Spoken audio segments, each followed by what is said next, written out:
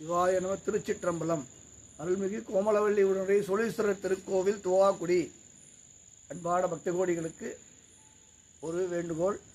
நமது கோவில் ஆலயம் 1200 வருடம் பழமையான ஆலயம். இது 2ஆம் குலோத்துங்க சோழனால் கட்டப்பட்ட ஆலயம். இந்த ஆலயத்தினுடைய சிறப்புகளை பற்றி இப்பொழுது நாம் தெரிந்து கொள்வோம். இந்த ஆலயம் நமது குலோத்துங்க சோழனுடைய தங்கைக்கு வரன் பார்க்குறார். அப்போ அரச ஜோதிடர் சொல்கிறார், உன் தங்கைக்கு நாகதோஷம் இருக்குன்னு சொல்கிறார். அவர் சிவபக்தர். அவர் சிவன்கிட்ட போய் முறையிடுறார். முறையிட்ட உடனே சிவன் அசரீரியாக ஒரு ஆலயம் கட்டி கும்பாபிஷேகம் பண்ணி சோழீஸ்வரன் பேர் வைன்னு சொல்லி மறைஞ்சு போய்ட்டார். ஆலயம் கட்டி கும்பாபிஷேகம் பண்ணி சோழீஸ்வரர்னு பேர் வைக்கிறார். அம்பாள் பேர் சொல்லலை, தன்னுடைய தங்கை பேரையே அம்பாளுக்கு வைக்கிறார். குலோத்துங்களோட தங்கை பேர் கோமலவல்லின்னு பேர் வச்ச உடனே தன்னுடைய தங்கைக்கு திருமணமாகி குழந்தைகள் பெற்று சௌக்கியமாக இருக்காங்க. இதை பார்த்து இந்த நாகதேவனும் நாகதேவி நாகலோகத்திலேருந்து நீங்கள் இறைவனை வழிபட்டு யார் யாரெல்லாம் வழிபட்டு போகிறாளோ அவளுக்கு தானாகவே நாகதோஷம் நீங்கணும்னு சொல்லி ஒரு வரணும் அனுப்பிடுறான். அதனால் இங்கே வழிபட்டுட்டு போனாலே நாகதோஷம் தானாகவே நீங்கணுங்கிற ஐதீகம். அதனால் அடுத்தது இந்த நட்சத்திரக்காரர்கள், அதாவது யார் யாருக்கெல்லாம் திருமணமாகாமல் இருக்கோ, குழந்தை பாக்கியம் இல்லாமல் இருக்கோ, அவர்கள்லாம் இங்கே தரிசனம் பண்ணிட்டு ஒரு பரிகாரம் பண்ணிட்டு போனாலே உடனே அவர்களுக்கு திருமணம் ஆகிடும், குழந்தை பாக்கியம் கிட்டும்ங்கிறது ஒரு ஐதீகம். அது நடந்து கொண்டிருக்கிறது, இப்போ எல்லாருக்கும் நடந்து கொண்டிருக்கிறது. அடுத்ததாக இந்த தலத்தில் நடராஜர் கல்லாலான திருமேனி சிறப்பு. இங்கே எல்லா திருத்தலங்கள் சிவாலயத்திலையும் பார்த்தீங்கன்னா ஐம்பொன் இந்த மாதிரி பஞ்சலோகத்தில் நடராஜர் இருக்கும். நமது கோவிலில் கல்லாலான திருமேனி அம்பாள், சிவகாமி அம்பாள் கல்லாலான திருமேனி சிறப்பு.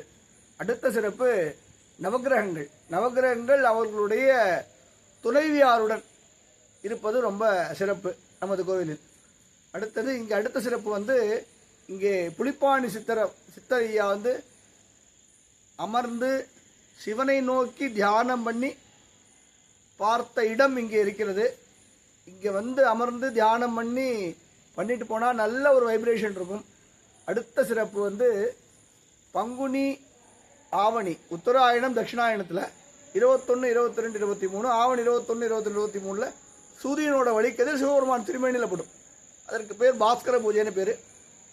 இந்த பாஸ்கர பூஜைகள் நடக்கிறது.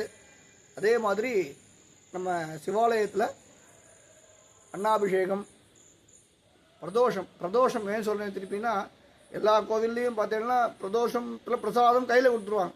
நம்ம கோவிலில் எல்லாரையும் உட்கார வச்சு தான் பிரசாதம் கொடுக்குங்கிறது ஒரு சிறப்பு. அதே மாதிரி இந்த கோவில் நமது திருச்சி சத்திரம் பஸ் ஸ்டாண்ட்லேருந்து ஒரு 15 கிலோமீட்டர் தள்ளி துவாக்குடி என்ற கிராமத்தில் இருக்கிறது. திருச்சியிலேருந்து சத்திரம் பஸ் ஸ்டாண்ட்லேருந்து துவாக்குடி பஸ்ஸில் ஏறி துவாக்குடியில் இறங்கி அங்கே ஒரு யூட்டர்ன் இருக்குது. யூட்டர்ன் அடித்த உடனே அங்கேயே ஆலயம் பேர் போட்டிருக்கேன். சோழீஸ்வரர் கோவில்னு ஆலயம் பேர் போட்டிருக்கேன். அங்கே டீம்னு ஒரு கடை இருக்குது, அங்கே ஒரு ஆலயம் பேர் போட்டிருக்கேன். போர்டு முன்னாடியே ரோட்டில் போட்டிருக்கேன்.